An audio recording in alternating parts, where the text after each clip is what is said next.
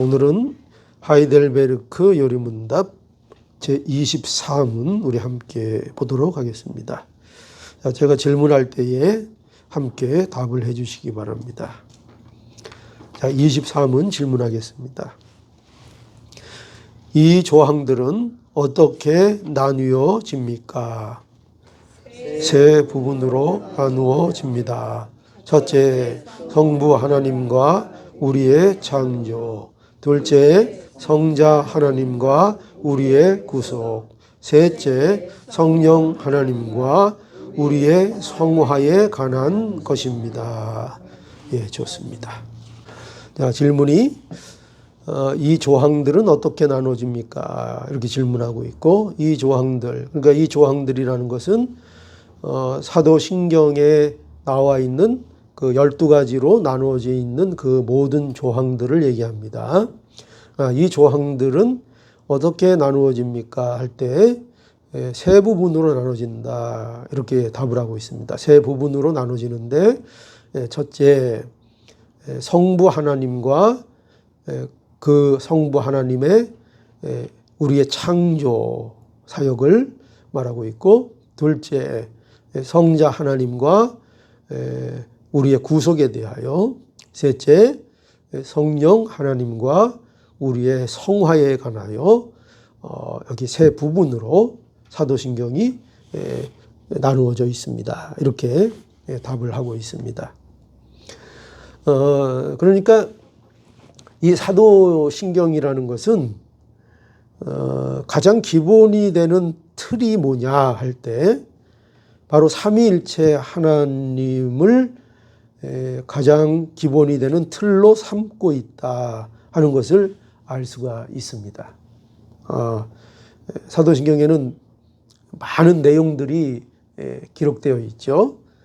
창조에 대해서도, 또 그리스도의 동정녀 탄생, 또 그리스도의 순환과 죽음, 또 그리스도의 부활, 승천, 또 재림, 또 그리스도로 인한 교회의 탄생, 그죠? 교회에 대해서도 나와 있고, 그리고 우리의 죄 사함, 또 우리 몸의 부활, 그리고 우리의 영생, 영원한 삶, 이런 모든 내용들이 사도신경의 조항으로 기록되어 있습니다.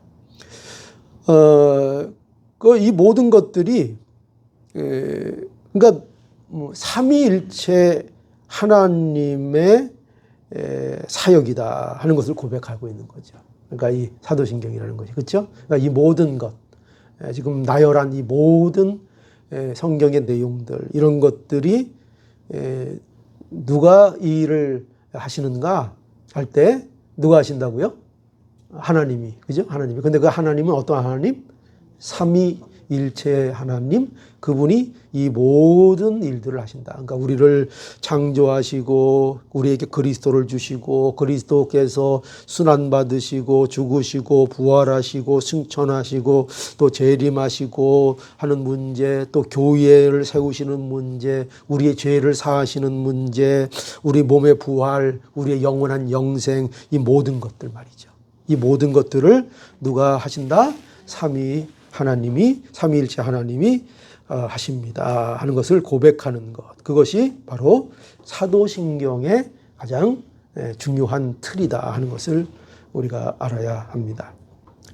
그래서 그러니까 사도신경을 믿는다는 것은 곧 하나님을 믿는다는 것이고, 성부 하나님을 믿고, 그러니까 믿고 계속 믿는다로 이게 구분이 되는데, 세 가지로 누굴 믿는 거예요? 그러니까 사도신경을 고백함으로 인해서 무엇을 믿는다고 고백하는 거죠?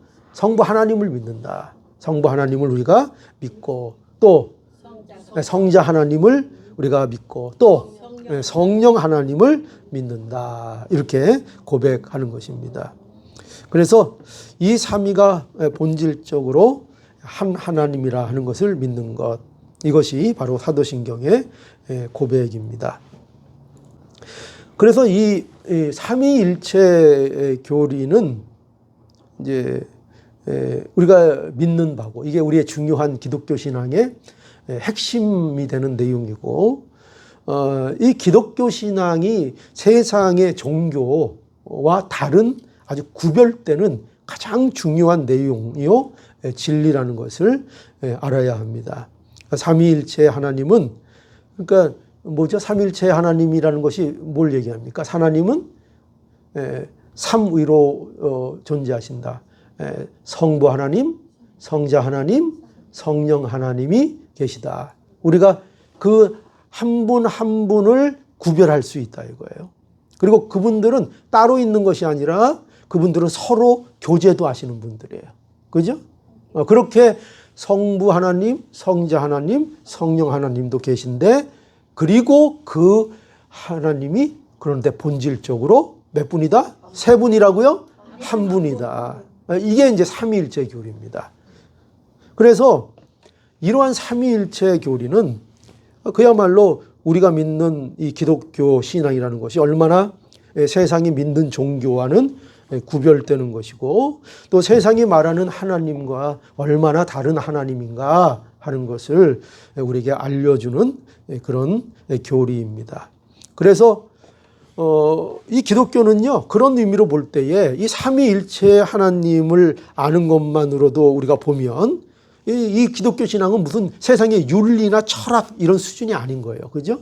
어떤 윤리적인 문제나 철학을 다루는 이런 문제가 아닌 것을 우리에게 분명하게 말씀하고 있습니다. 그러니까 기독교 신앙은 인간이 만들어낼 수도 없는 것이고, 기독교 신앙은 내가 무슨 수련을 하고 내가 뭐 이렇게 도를 닦고 내가 깊은 내 심연의 세계 속으로 내가 들어가서 내가 하나님이라는 존재를 이렇게 찾아내는 이런 종교가 아닙니다. 그런 게 아니라 실제로 존재하시는 우리 하나님이, 성부 하나님, 성자 하나님, 성령 하나님, 이 삼위일체 하나님께서 그분이 우리를 찾아오시고 그분이 우리를 만나주시고 그분이 우리를 창조하신 일의 사건, 그리고 그 일을 진리로 믿는 것이 기독교이지, 인간이 만들어낸 하나님을 섬기는 게 아니다 하는 것을 알아야 됩니다. 그러니까 철학이 될 수 없습니다. 기독교는 그런 의미에서 윤리나 도덕 이런 것이 될 수 없고 세상 종교와는 완전히 다른 것입니다. 완전히 다르죠. 180도 다릅니다. 180도.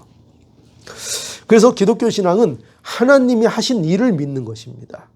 하나님이 하신 일을 믿는 거예요. 그죠? 나를 믿으라 이게 아니에요. 그죠? 하나님이 하신 일을 믿는 것이며, 그 일에는 누가 반드시 같이 일하신다고요? 세 분. 성부 하나님, 성자 하나님, 성령 하나님이 그 모든 일에 함께 하신다 하는 것을 믿는 것입니다. 이게 기독교 신앙입니다.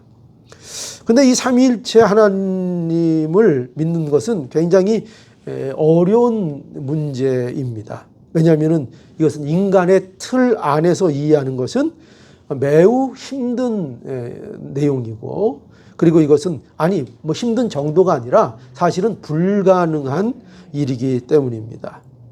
그렇잖아요. 그죠? 어떻게 세 분인데, 분명히 세 분이 성부 하나님, 성자 하나님, 성령 하나님 이렇게 구별이 분명히 되는데, 그런데 어떻게 또 그분이 세 분이 동일하게 한 분이라고 하는가? 그러니까 이게 어떻게 논리적으로 이해하려고 하면은 이게 논리적으로 맞질 않아요. 그래서 계속 삼위일체 생각을 하다 보면은 머리가 돌아버립니다. 그러니까 이거를 인간의 우리의 틀로 이해하려고 하면 함정에 빠지는 겁니다. 그래서 우리는 이 삼위일체 이론에 대해서 어떻게 우리가 이해해야 되냐면은 성경에 있는 그대로, 성경이 뭐라고 했어요? 성부 하나님 있고 성자 하나님 있고 성령 하나님이 있다. 그러면 우리는 뭘 믿는 겁니까? 성부 하나님이 계시구나. 성자 하나님이 계시고 성령 하나님이 계시구나. 아, 그렇구나. 그리고 또 또 성경에서 그런데 그분은 본질적으로 하나다. 그러면 그분이 한 분이구나. 근데 그렇게 믿으면 됩니다. 한 분이구나. 그러면 한 분이구나. 그분은 세 분으로 구별되는 분이다. 그러면 세 분으로 구별되는구나. 그렇게 믿는 겁니다. 이게 무조건 믿는 게 아닙니다. 어떻게 믿는 거죠? 성경에 기록된 성경의 진리대로 믿는 겁니다. 그냥. 그냥이란 말을 제가 또 붙이니까 무조건처럼 들리죠? 그게 아니라 무조건 믿는 게 아니라 성경을 믿는 겁니다. 성경에 기록된 것을 믿는 겁니다. 신앙은. 그래서 성경에 기록된 대로 우리는 성부 하나님, 성자 하나님, 성령 하나님, 그리고 그분들은 본질적으로 한 분인 것을 우리가 믿는 것입니다. 믿는 겁니다. 이걸 왜 한 분인데 왜 세 분이지? 왜 세 분인데 왜 한 분이지? 이렇게 하지 마시고 요것만 잡으면 2단이 되고 요것만 잡아도 2단이 됩니다. 그러니까 요것도 믿고 요것도 믿어야 됩니다. 이 충돌을 하면 안 됩니다. 충돌을 하면 그걸 믿는 것이 이게 바로 우리가 믿는 삼위일체 하나님입니다. 그러면 이 삼위일체 하나님의 근거가 뭐냐 할 때 이 삼위일체라는 말은 이거는 이제 성경에 나오는 용어가 아닙니다. 이런 말이 성경에 있어요, 없어요? 없습니다. 삼위일체라는 이런 용어가 성경에 나오는 말이 아닙니다. 이것은 이 삼위일체 하나님이라는 이 말은 교회에서 만들어낸 신학적인 용어입니다. 그러나 이 삼위일체 하나님이라는 말은 성경에 나온 말은 아니지만 기록된 말은 아니지만 가장 성경적인 용어입니다. 이걸 잘 이해하셔야 돼요. 왜냐하면 성경이 삼위일체 하나님을 증거하고 있기 때문입니다. 그렇게 이해해야 합니다. 그러니까 여러분 우리가 이거 성경을 볼 때 우리가 그래서 좀 주의를 기울여야 하는 게 뭐냐면요. 우리가 설교를 들을 때도 마찬가지고 뭐냐면은 성경적인 설교가 무엇인가 할 때 성경적인 설교는 성경에 나오는 용어를 사용한다고 해서 그것이 전부 다 성경적인 설교가 되는 게 아닐 수 있습니다. 우리가 이거를 잘 이해합니다. 반대로 성경적인 설교가 성경적인 용어를 사용하지 않아도 그 설교가 성경적인 설교일 수도 있습니다. 왜냐? 중요한 건 뭐라고요? 중요한 건 뭐냐? 중요한 거는 성경이 말하려는 바가 무엇인지를 바로 해석해서 바르게 선포하는 것이 중요하기 때문에 그렇습니다. 그러니까 보십시오. 늘 예수. 성경에서 우리가 가장 중요하게 생각하는 게 예수 그리스도라는 표현 아닙니까? 용어 아닙니까? 근데 예수 그리스도를 수도 없이 얘기하면서도 전혀 성경적이지 않은 설교를 할 수 있습니다.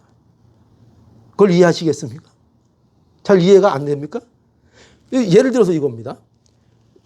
예수 그리스도가 오셨고 그분이 우리를 위해서 뭘 하셨고 예수 그리스도 계속 강조합니다. 성경은 예수 그리스도에 대한 것이다. 막 얘기합니다. 그러면서 마지막에 잘 나가다 예수님을 한껏 띄워놓고 그런데 오늘날 이 예수님이 하신 이 일을 하나님이 나한테 이 세상에 하도록 하셨다. 이렇게 되면 완전히 이제 망하는 겁니다. 지금 이렇게 계속 예수님 띄우다가 그 예수님 띄운 거로 지금 누구를 내세우는 겁니까? 자기를 내세우고 있지 않습니까? 자기를. 이게 성경적인 설교입니까? 아니죠. 이단이 뭐가 이단이라 그랬죠? 이단은 그냥 사이비는 그냥 말할 것도 없고 이단은 뭐냐면 이단은 성경같이 하는 것 같은데 끝에가 이렇게 구부러진 겁니다. 이단이. 그래서 막 예수님을 얘기하고 막 성경의 얘기를 막 하고 막 성경을 가르치고 막 합니다. 막 하는데 결국 끝에 보니까 그 끝이 자기를 세우는 겁니다. 자기. 그래서 내가 왔잖아. 이러는 겁니다. 이단들이 여러분 공통적으로 이단들이 설교를 인내심을 갖고 끝까지 들어보십시오. 처음에는 굉장히 성경적입니다. 예수님만 얘기하고 비유 얘기하고 성경 얘기하고 막 얘기하는데 끝까지 참고 들다 보면 결국은 그래서 이 세상의 교회들이 한심해서 그래서 내가 왔다. 내가 예수님 데리러 왔다. 이렇게 나갑니다. 거의 99.9%가 그렇게 나갑니다. 결국은. 그러니까 예수님은 뭐예요? 예수님을 왜 그렇게 지켜 세운 거예요? 예수님 훌륭한 분, 예수님이 하나님이고 뭐 성경에 뭐 맞는 얘기 다 합니다. 다. 왜 지금까지 그 얘기를 왜 했어요? 그 얘기 왜 예수님을 시컨시컨 깔았어요? 밑밥으로? 자기 얘기하려고. 결국은 그래서 자기한테 오게 하려고. 여러분, 그러니까 제가 무슨 말씀을 드리는지 알겠죠? 그러니까 그래서 우리가 설교를 들을 때 조심해야 되는 게 뭐냐면, 어이구, 저 목사님은 예수님만 얘기해. 입만 열으면 예수, 또 입만 열면 성경 구절, 막 성경도 딸딸딸로 외워. 그래도 성경적인 설교가 아닐 수 있다는 겁니다. 이걸 알아야 되는 겁니다. 그죠? 그래서 진리의 허리띠가 중요한 거예요. 그래서 진리의 허리띠를 안 띠면 그러면 이런 마귀의 미혹에 넘어갑니다. 그런데 어떤 경우는 이런 분들이 있어요. 어떤 분이냐면 성경적인 용어가 별로 안 나와요. 안 나오고 그냥 일상적인 생활의 용어로 설교를 하는데, 그런데 그 설교에 성경이 담겨 있는 경우가 많습니다. 또 의외로 그럴 수도 있다는 겁니다. 그 내용이 누굴 가리키고 있어요? 결국 여러 가지 이해하기 쉬운 일상의 얘기들인 것 같은데 그 얘기를 통해서 여러분들을 누구께로 인도하는가 하면은 예수 그리스도께로 인도합니다. 그럼 그건 성경적입니까? 아닙니까? 성경적이 되는 거예요. 그러니까 우리가 그저 입으로 무슨 용어를 쓰고 어떤 용어를 쓰고 뭐 성경을 얼마나 암송하고 얼마나 성경을 자주 얘기하고 그런 것으로 이 설교가 성경적인가를 판단하면 안 되고, 그 끝이 어떻게 되는가? 그 열매가 뭔가? 그것을 통해서 이 사람이 결국 뭘 하려고 하는가? 뭘 가르치고 그 설교를 통해서 내가 예수님께 가까이 나갔는가? 아니면 그 설교한 그 사람을 따르고 추종하는 자가 되는가? 여러분은 어느 경우입니까? 이 중에 제가 알고 있어요. 저를 좋아하는 분들도 있어요. 저를 따르면 됩니까? 안 됩니까? 안 되죠. 그렇다고 해서 그렇게까지 머리를 흔들 필요는 없잖아요. 그죠? 그죠? 목사님, 인격이 아무리 좋던 어쨌든 그게 중요한 게 아니에요. 우리는 누굴 따르도록 되어 있어요? 설교를 듣고? 예수님을 봐야죠. 예수님을. 창세기 1장에 가보면 거기도 잘 나타나 있죠. 창세기 1장 26절에서 27절. 거기 보니까 하나님이 가라사대 거기 우리의 형상을 따라 우리의 모양대로 우리가 사람을 만들고 그로 바다의 고기와 공중의 새와 육축과 온 땅과 땅에 기는 모든 것을 다스리게 하지 하시고, 하나님이 자기 형상 곧 하나님의 형상대로 사람을 창조하시되 남자와 여자를 창조하시고, 이렇게 되어 있습니다. 여기 보니까 하나님이 가라사대 우리의 형상, 이렇게 되어 있죠. 우리의 형상.